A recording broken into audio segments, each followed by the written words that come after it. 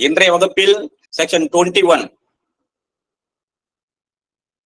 என்ன சொல்கிறது என்பதை பற்றி பார்க்க போகிறோம். இதுல காம்பன்சேஷனை பற்றி சொல்லும். என்னன்னு பார்ப்போம். Power to award compensation in certain cases. எல்லா வழக்கும் சார் அப்படின்னா வந்து ஸ்பெஷல் ஃபேக்டர் வச்சு நம்ம எல்லா வழக்கிலையும் காம்பன்சேஷன் வாங்கிடலாமான்னா நோ. இன் சர்டைன் கேசஸ், ஒரு குறிப்பிட்ட வழக்குகளில் நீதிமன்றமானது நஷ்ட ஈடு வழங்குவதற்கான அதிகாரத்தை பற்றி சொல்லுகின்ற பிரிவு எது? This is a question.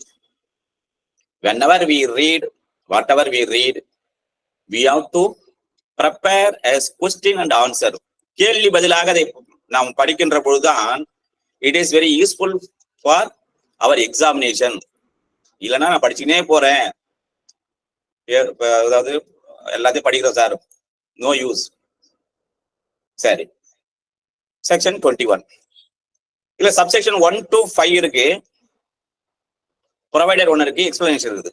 ஓகேவா? இப்போ சப்செக்ஷன் 1 கான கேள்வி என்ன, இது என்ன சொல்கிறது என்று சொன்னால், இப்போ ஸ்பெசிபிக் இப்ப நான் வந்து ஒரு கான்ட்ராக்ட் போட்டேன், பியோட ஒரு கான்ட்ராக்ட் போட்டிருக்கிறேன், அதை அவர் பிரீச் பண்ணிட்டாரு. அந்த கான்ட்ராக்டின் படி அவர் நடந்து கொள்ளவில்லை. அதனால என்ன பண்றேன், I filed a case by invoking specific relief act ஒரு வழக்கை நான் நீதிமன்றத்தில் தாக்கல் செய்கிறேன். அப்படி தாக்கல் செய்கின்ற போது in addition to that, கூடுதலாக நான் அதில் அந்த வழக்கிலேயே ஸ்பெசிபிக் ரிலீஃப் போட்டு கேட்டு நான் வந்து வழக்கு போட்டிருக்கேன் நீதிமன்றத்துல. அதனுடன் சேர்த்து in addition to that, அதனுடன் கூட சேர்த்து நஷ்ட ஈட்டையும் நான் பெற முடியுமா? அவ்வாறு கோருவதற்கான இந்த வாதியாகி எனக்கு உரிமை இருக்கிறதா என்றால் எஸ். அவ்வாறு ஸ்பெசிபிக் ரிலீஃப் மட்டுமல்லாமல் இன் அடிஷன் டு தட், கூடுதலாக சர்ச் பர்ஃபார்மன்ஸ், அத்தகைய பர்ஃபார்மன்ஸுடன் அதனுடன் என்ன பண்ணலாம், நஷ்டஈடும் கேட்கலாம், கோரலாம் என்று சொல்கிறதான் சப்செக்ஷன் 1. சரி, அடுத்து சப்செக்ஷன் 2 வாங்க. இப்போ அந்த மாதிரி ஒரு பரிகாரம் வழங்குகின்ற போது அந்த வழக்கை குறித்து, அந்த பரிகார வழங்க இந்த சொல்லுங்க, இந்த ஆபரேட்டிவ் வேர்ட் மட்டும் எழுதிங்க. Specific performance ought not to be granted. Sir நீங்க வழக்கு போட்டு கேட்கறாங்க நீதிமன்றத்துல, சார் நீங்க வந்து ஸ்பெசிபிக் பர்ஃபார்மன்ஸ் வழக்கு போட்டிருக்கீங்க, இது வழங்கப்பட்டே ஆக வேண்டியது இல்லை, இது வந்து ஸ்பெசிபிக் பர்ஃபார்மன்ஸ் தான் வழங்கப்பட்டே ஆக வேண்டும் என்பதாக இல்லை என்று நீதிமன்றம் இருக்கின்ற போது, கருதுகின்ற போது, பட் ஆனால் அந்த இப்ப நான் கேஸ் போட்டேன், நான் பிளைன்டிஃப், நீங்க டிஃபெண்டன்ட், நான் வாதி, நீங்க வந்து பிரதிவாதி. அந்த கான்ட்ராக்ட யாரு பிரீச் பண்ணிக்கிறாங்க, யார் புரோக்கன் பை த டிஃபெண்டன்ட், யாரும் நீங்க தான் புரோக்கன் பண்ணிக்கிறீங்க, நீங்க தான் நமக்குள்ள இருந்த ஒப்பந்தப்படி நீங்கள் நடந்து கொள்ளை, you R A defendant, you broken the contract.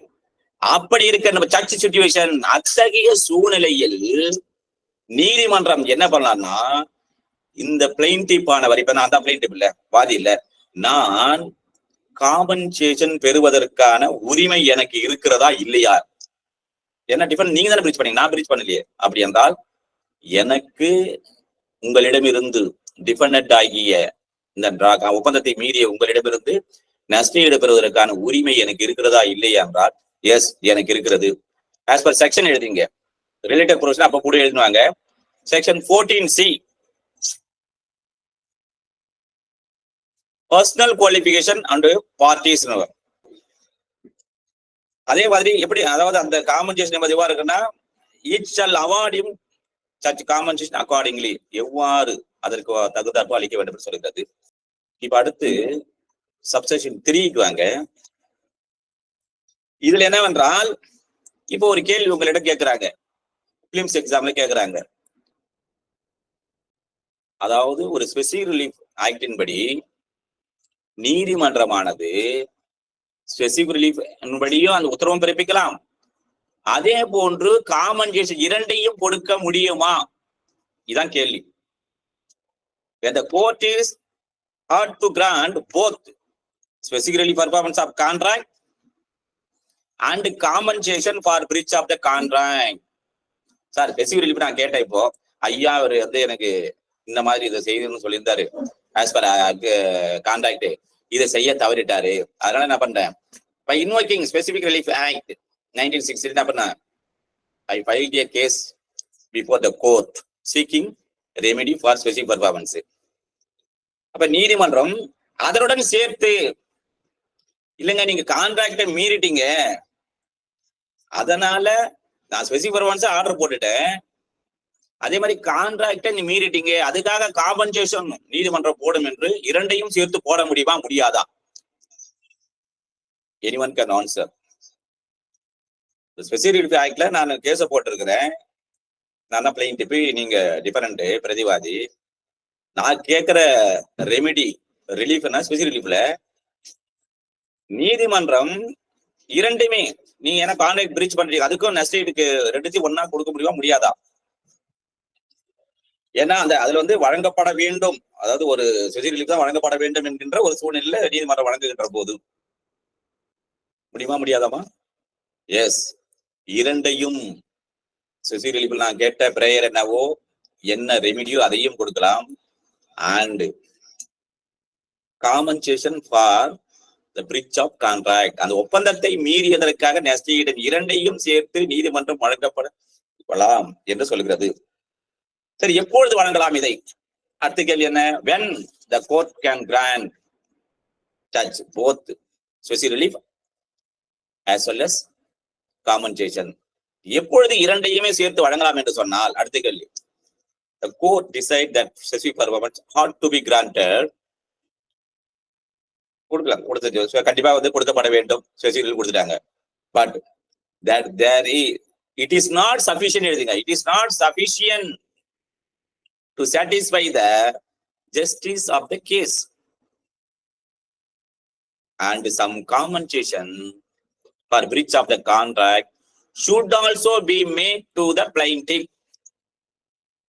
The operative word, the section again. அப்ப நீதிமன்றம் பாக்குது, இப்ப நான் வந்து நீதிமன்றத்துல வழக்கு தொடுத்தேன் ஸ்பெசிபிக்ல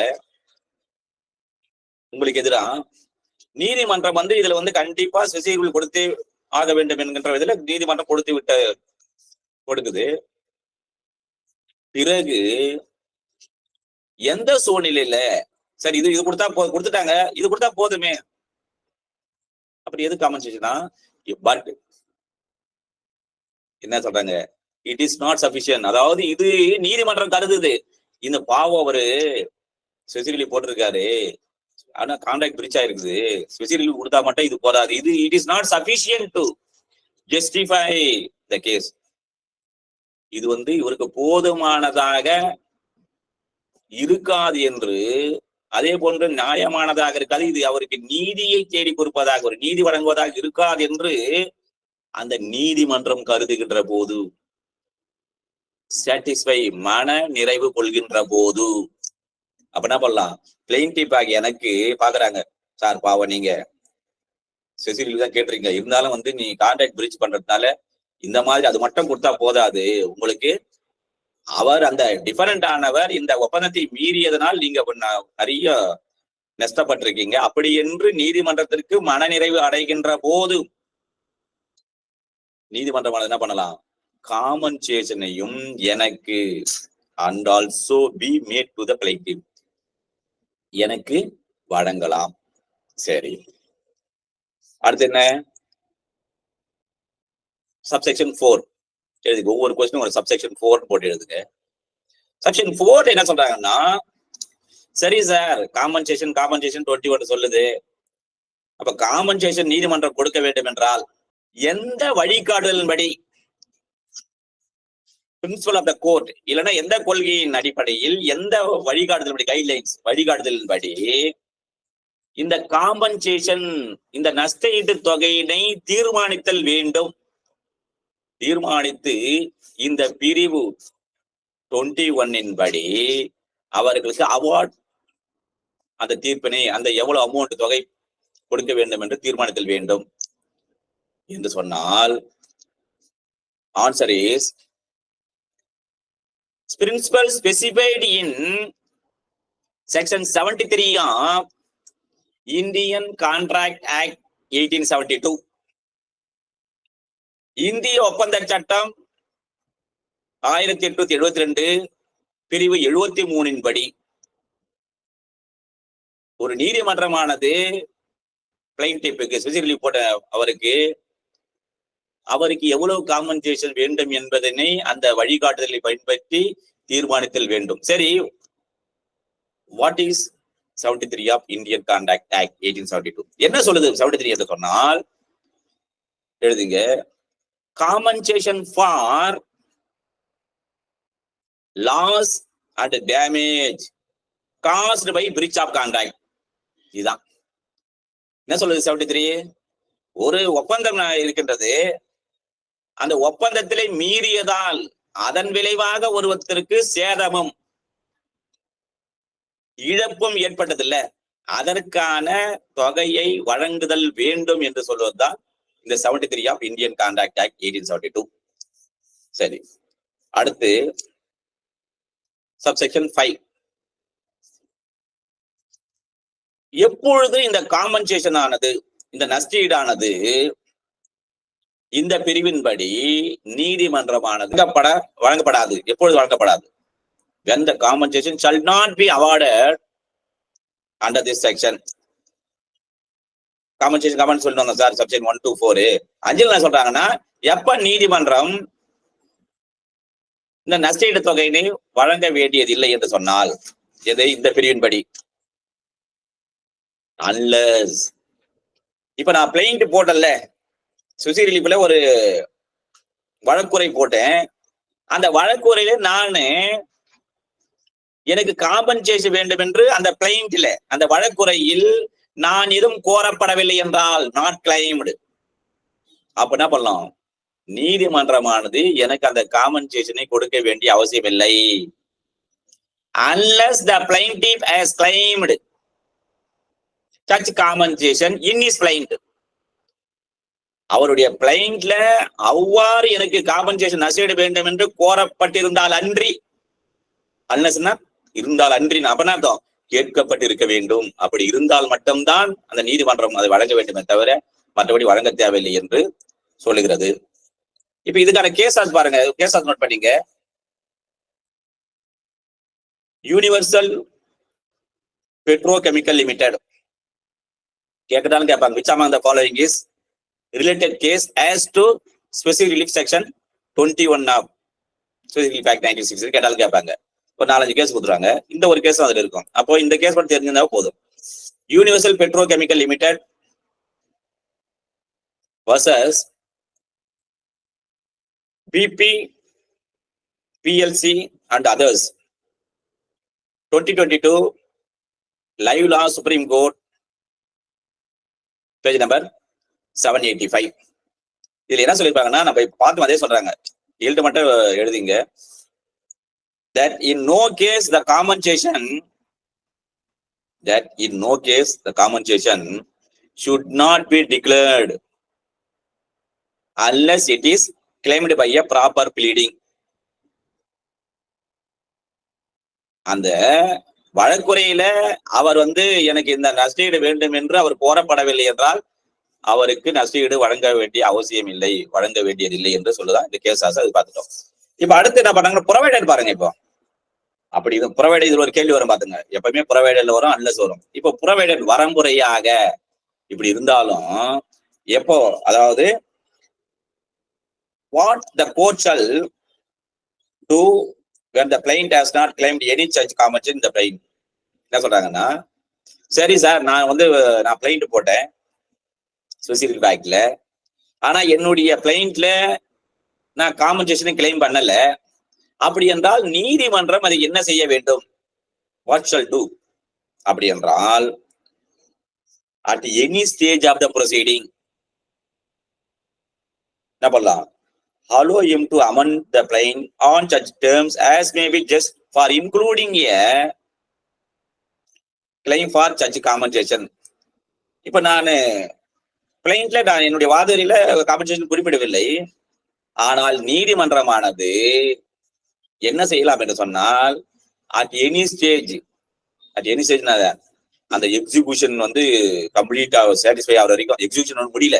அப்ப அது வரைக்கும் என்ன பண்ணலாம்னா, நீங்க ஐயா உங்க பிளைன்ட்லி காம்பன்சேஷன் கேட்கல, ஒன்னா அமெண்ட்மெண்ட் பெட்டிஷன் அவங்க போடலாம். அமெண்ட்மெண்ட் போட்டு ஐயா நான் காம்பன்சேஷன் கிளைம் பண்ணாத விட்டுட்டேன் என்னுடைய பிளைன்ட்ல, அதனால வந்து நான் இப்ப நான் அமெண்ட்மெண்ட் போடுறேன், நான் திருத்தம் செய்யறேன் அமெண்ட்மெண்ட்ல, எனக்கு காம்பன்சேஷனும் வேண்டும் என்று நான் திருத்தம் செய்யறேன்னு சொல்லி கேட்க போது நீதிமன்றம் அதற்கு அனுமதிக்கலாமா வேணாவா? எஸ், அத பாருங்க. allow him to amend the plaint including for compensation, அதை அலோ பண்ணலாம் என்று சொல்லுகின்றது. சரி, இப்ப இதுக்கு வந்து அமெண்ட்மெண்ட் பெட்டிஷன் எதுல போடுவீங்க? சிபிசி வாங்க.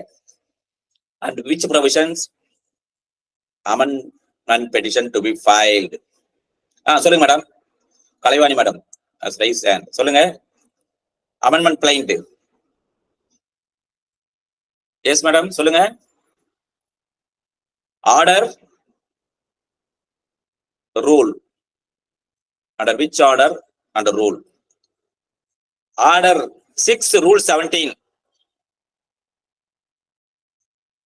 அப்புறம் order 6 rule 18, 17 and 18. order 6ல 17 and 8ல amendment of plaint செய்யலாம் என்று இருக்கின்றது.